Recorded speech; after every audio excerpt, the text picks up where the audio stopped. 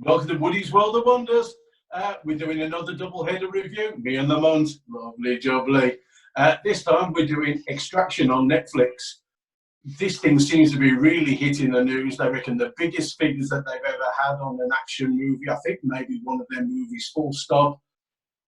Fantastic on the casting, Chris Hemsworth, to get him to do a Netflix movie. Brilliant.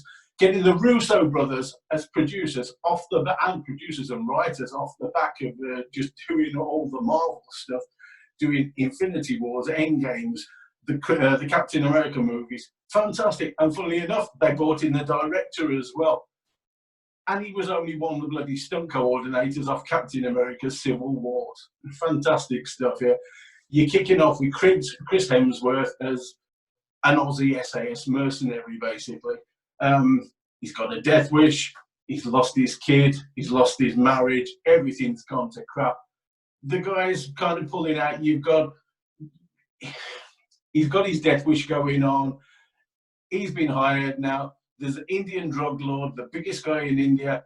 His kid's been kidnapped by the local Bangladeshi drug lord and taken away. Now, Chris Hemsworth's got to get him back. What's going to happen here? It feels very John Wick. It's pretty good. What do you reckon, Monty? I think you've just summed up the plot in around about 30 seconds, because that's as much as how strong the plot gets. I mean, it does actually do what it says in the tin. It's an extraction. We see an extraction take place, and it is a dentist extraction. I mean, from my point, I thought the action was spot on, and it is. You can't go wrong. And as much as I think sometimes the action is overplayed in stuff, this is the shots, the way they pan around, the way they put some of the shots together. There's the one bit in that I've noticed, I remember distinctly, in a car, and it feels like one continuous shot, and until you see it, you'll understand what I mean. How they film that shot with a car is just brilliant.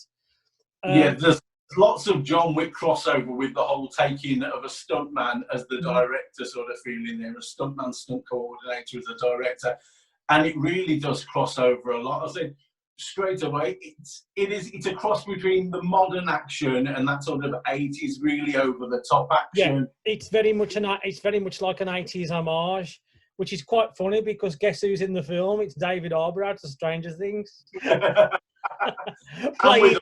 Playing the only character he can play. Playing the only character he can play, Hopper. I mean, he's a Hopper in this. I mean, there's no getting away from it. Oh, no. That guy's got more acting chops than that, definitely. I hope so, because he's coming up in Black Widow, and I don't want him to spoil that. But I thought I was quite surprised with this, because it was a film that was bounded around and all the studios turned it down, which is why the Netflix have got their hands on it, and the Netflix dollars paid for it. That's correct. Hemsworth, I think this is his third exclusive Netflix deal. I think it's the first one to go direct. Okay, so the first one I've seen. For what it is, it's great. It's a bit weak on plot. The action is fantastic. I think the other things that I can knock it for are maybe a little bit of plot and script on there, really. Some people will say maybe about the action being a bit too over the top, but given John Wick and the recent run of action movies, I don't have an issue with that at all. I'll tell you what I do have an issue with. It's the the end of the film at the beginning routine again, which annoyed me. Yeah, you always have an issue with that. Oh, why? I mean, it's nearly as bad as they wake up and it's all a dream. This is, and this current trend of putting the end of the film at the beginning and then going 3 months earlier is starting to really get on my nerves. Okay, it goes on a little bit further when we get to that point, but I do get really irritated with that feeling of it just takes away that that element of person in distress, because doesn't matter what happens until we get to that point, he's fine. And you get knocked at losing a bit of the surprise of it. Yes. I don't particularly get knocked over that, but I can see, every time you do get knocked every time at losing the surprise over it, and I can see why. I really can. I I like the sort of the double end at the end, how they sort of play it right at the end. You're not sure what's happening. I don't want to spoil the whole thing for anyone who hasn't seen it yet. Oh, mate, you can spoil it because it's all over every single news website there is. That last opening shot of the kid who we know gets extracted. Otherwise, what's the point of the film? And that last opening shot, we all think he's dead. And is he dead because he falls off the bridge? And then there's that very vague, blurred out figure standing there. It's blatantly obvious they're setting it up for a sequel. If it works, well, they can do one. Especially given the success of it now, I mean, it's hitting so big with Netflix, it's ridiculous. I mean, that's probably very much helped by the lockdown situation. You can't go to the cinema, but I'll tell you what, it's nice to have an actual cinema quality release that you're seeing for the first time actually on Netflix. I've watched a lot of Netflix movies over the past 2 years, and you can tell it's Netflix money because that is that TV or direct-to-video feel about the quality. This not with this. This is they've done a good job. It's cinema quality straight away. It's cinema quality, as you said. It's beautiful as well. I mean, the direction from an ex-stuntman. It's not just action. He actually makes the shots look beautiful. Some of his panning and switching shots are just excellent. The action stuff in there is first rate. As I say, it kind of hit me as almost sort of Missing in Action meets John Wick. Very much that 80s meets current. I absolutely love that scene when he first finds the kid and he's standing there surrounded and he takes them all down and he's got no weapons on him. I absolutely love that. I thought as well, and when Khan comes along with the head blowing up the helicopter and everything, just you can't deny it. It's undeniably wonderful. The end scene on the bridge. I mean, it's nearly 20 minutes long. That is that final sequence, and it's non-stop. It's like something after something after something after something after something, and they really stretch it out for 20 minutes, and you don't realise that 20 minutes has gone by. It flies by. It really flies by. The time. It's a wonderful use of for a 2-hour film. It feels like an hour and a half film. It flies by. There are moments when they'll stop, like when they're hiding out in Bangladesh, and they'll just have a moment, then just try and get it all together with Hopper from Stranger Things, David Harbour. They'll slow it down. They'll add a bit of story, add a bit of personal content, and then bang, you're into it again. And it hits you every time. And you never lose quality action, no matter who is fighting. Groups of mercenaries, groups of drug dealers, groups of children, whatever it is. It's fantastic. The guy directing it is wonderful. Let's have a look at Sam Hargrave.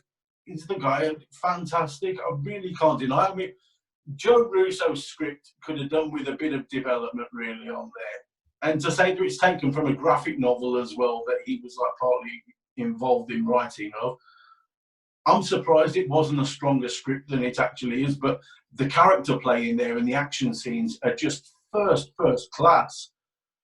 As I say, it's a guy killing his way across Bangladesh to retrieve a kid and then to save the kid and get him out of there. I just think it shows that we can make a John Wick movie without having it to be Keanu Reeves. It was of that standard, because the plot on the John Wick movies is weak as well. And see, I give more to the John Wick movies. I like the world that they build in there, and I do like. I think he's got some stronger co-stars in there with Ian McShane. Some of the people they've been bringing in recently have been excellent, but this really could develop into that sort of franchise very much so, and very easily. Coming out on Netflix as well, geez, it's going to get huge figures every time they do one of these. Every time, definitely. You can't knock it. It's wonderful performances. To say that they've got Chris Hemsworth in there, who's so big at the moment, but he's been let down so many times in the films that he's chosen cinema. This is actually one of his best alongside the Thor stuff. It's fantastic. Mm-hmm. But wasn't it great to have a place like India be the centre focus for an action movie? Yeah, And I you thought just that think, was wonderful. you know, instead of the usual Afghanistan, Taliban, or that kind of thing, it was an interesting place to use. Well, it makes sense as well in this day and age at the moment. I mean, India is such a big country, a massive continent, and it's such a big power as well now. They're just coming more and more into the world superpower status. It just makes sense, especially when you've got it such extremes of poor and rich. It makes for the telling of a fantastic story and the development of some brilliant characters in there. So, you know, story and script, you know, a bit predictable at times, but nonetheless, it's a completely engrossing action movie that really just carries you away. As you said, beautiful, draws you in, takes you along with it. Feels like a cinema movie as well. You're just watching a cinema movie at home. I was so impressed by it. It was fantastic. If you want to pass away 2 hours, this is a definite thumbs up from me. Yeah, Definitely. if I Double had to thumb. give it, if I had to give it a mark out of 10, I'd say a solid 7. Not much more than that, but a solid 7. I think On the seven, scale, it's rating the final third on the Munt scale. Then the top third. Yeah. A solid 7 out of 10 for me. What about you? Mate, I'll probably go higher. I'll go 8.5. 8.5. You know, I really hit my buttons. You know, it just hit my buttons correctly. I thought some great performances in there. A great choice of the characters that they actually used in there as well. The story worked for me on the overall. Where it lost its 1.5 to 2 points is basically script on there, really. It could have done with a little more work on maybe just a little plot pacing occasionally, but really it was only script where it slightly lost out. Apart from that, it was wonderful. And I was so chuffed to see something of this quality on Netflix. I just thought that's brilliant to be an original on there. This is them showing really what they can do in the future, and it gives them really such strength for going forward. Considering they're going into the streaming wars, this is good ammunition to have. On a final note from me, I think what gets you most of all is the surprise of how good it is, because your expectation levels being a Netflix movie, an action You expect Netflix it to be good. You don't expect it to be great. Great, and that's what really done it for me. I was quite. It's the surprise factor of how good it actually is, and it did take me by surprise when I was watching it. This just goes. This is John Wick-esque. It's got cinema quality going all the way through, from the acting, the directing, the producing, everything. And to say it's the Russo brothers' next film, you know, after, as working as producers only, but their next film after doing the Marvel Avengers, there's going to be so many people interested in it. I'm not surprised. They reckon it's like at 90 million hits or something. It's ridiculous. It's just like looking like their best and biggest film ever. The lockdown's not going to hurt those figures, but I'd off my cap to this one. It's fantastic. I'll tell you what else this movie's going to do as well is solidify Hemsworth as an action movie star. Yeah. Where up until this movie, apart from Thor, he's fell into the comedy character. But it's not that. I thought he'd always been that sort of actiony, sort of romantic-y role sort of guy, and then he forced himself in the comedy stuff because he's brilliant at the comedy as well. Is, yeah. This is one of those films. He's had a very uneven career. Lots of things that he's done haven't been great films. He's made poor choices, really, in some of the films that he's picked. But this really, yeah, it's a massive upturn. Again, it's a good choice of quality. The Russos, though, they know how to use him after working with him as well. That's the main thing. Well, there we go then. That's our spoiler review of Extraction, which is on Netflix. If you want to go watch it. And come and join us again sometime soon, where we'll have another review for you. True. If Mike watching this, Mike, you should definitely watch this film. You'll love it.